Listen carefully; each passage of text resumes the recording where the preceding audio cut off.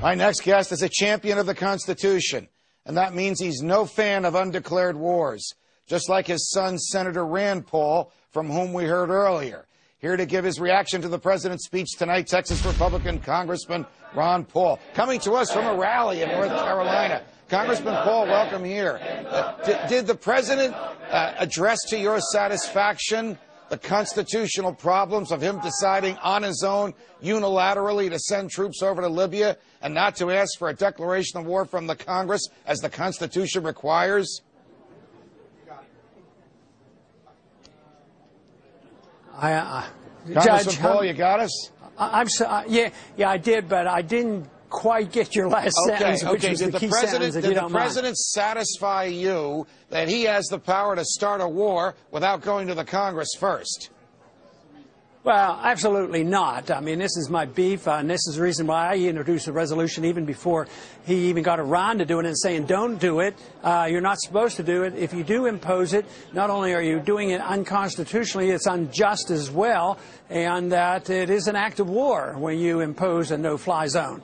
So by going to the UN is a real insult. The idea that the UN can give the authority, but not the U.S. Congress, and not even consult with the U.S. Congress, I think this is a horrible situation. Unfortunately, we have been drifting into wars now ever since World War II. And it's time the American people woke up and made sure that their representatives in Washington don't go along with this. So hopefully we can introduce a resolution to defund this thing. And I mean, even Obama doesn't seem to know exactly what he wants to do, but it looks like he wants us to have some responsibility. At the same time, he wants to turn over some of the direction to another country. It doesn't make any sense at all. I know you're not back in Washington, that you're out speaking to a lot of people. I see some wonderful people from Campaign for Liberty right behind you, Congressman Paul. But do you think that enough members of Congress share your view that the president treated the Congress as if it were a potted plant, to quote your fellow Texan Senator John Cornyn, that they will actually do something about it? Will there be a vote on Congressman Amash's resolution to defund the war, or will there just be some speeches and all this will go away and the president gets to bomb and put troops in harm's way to his heart's content? If it has to be brought up under normal procedures, no, it's probably not going to come up, and it probably wouldn't pass. If it's a privileged resolution on the War Powers Resolution, they'll have to bring it up. But I don't think you can do that until after 60 days to make them vote on it or make a decision.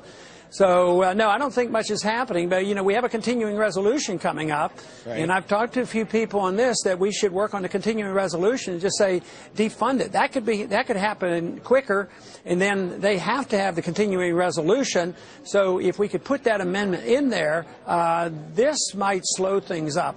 But unfortunately, there's too much of a precedent for the president making these decisions. I think that's where the real crime is. So, yes, the executive branch and our presidents overstep, but Congress understeps. Congress is too often giving up their prerogatives and accepting what the executive branch does. Did the president satisfy you in his speech tonight, Congressman Paul, that he has a goal, that he has an objective, that it's realistic, and that we'll know when the goal is met?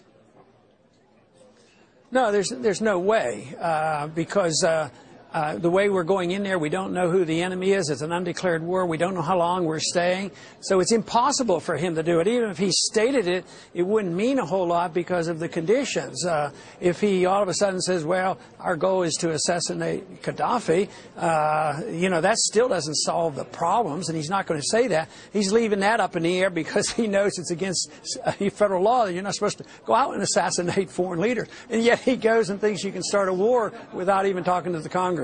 So it doesn't really add up. What is the realistic expectation of real anger on the part of the Congress from Republicans and Democrats? I don't know if you heard it, but shortly before you came on, Congressman Charlie Rangel was here. He agrees with everything you're saying about the president overstepping his bounds and violating the Constitution. If Charlie Rangel and Dennis Kucinich agree with Ron Paul and Rand Paul, couldn't we have a broad consensus in the Congress to stop this war and stop it now?